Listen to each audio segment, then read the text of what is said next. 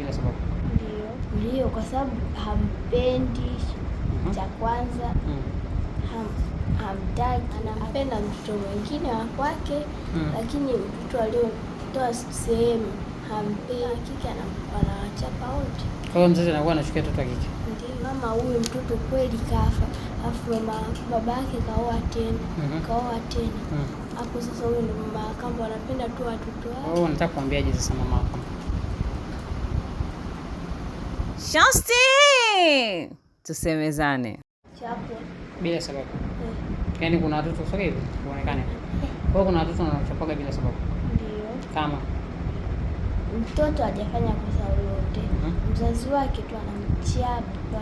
From now, yani tu mzazi akirudi kutoka kazini anamchapa mtoto. Ndio, kwa sababu hampendi. Cha kwanza hamtaki, anamchapa kila siku. So unachotaka kuniambia ni kwamba kuna wazazi, sorry for the camera. Kwa nini mzazi anakuwa hampendi mtoto?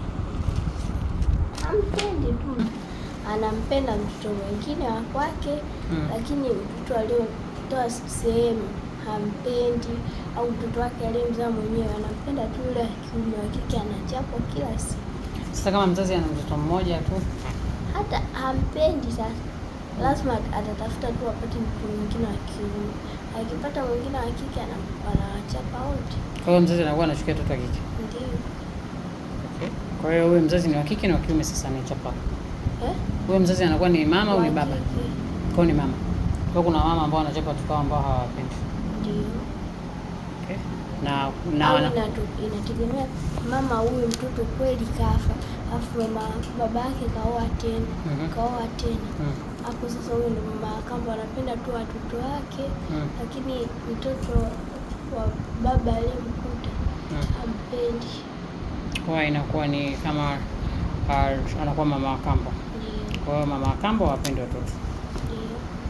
Okay. Kwa hiyo nataka kuambiaje sasa mama wa kambo? Hivi ndio sasa sinakuuliza, like labda una ujumbe wa kuambia kwamba tukiwa na mama wa kambo hapo wanaangalia kwa namna moja au nyingine, wajue. Unataka kumwambia nini? Kwamba waendelee kuwachapa watoto wao.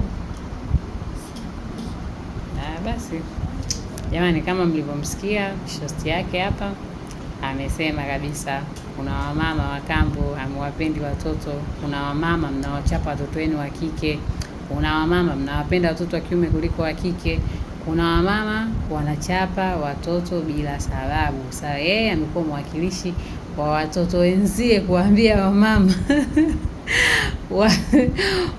watoto wenzie kuambia wamama ambao including me mama, nimeambiwa na mtoto wangu hapa kuambia wamama wenzangu kwamba tuwapende watoto wetu, kwa sababu upendo ndo kila kitu kwenye familia.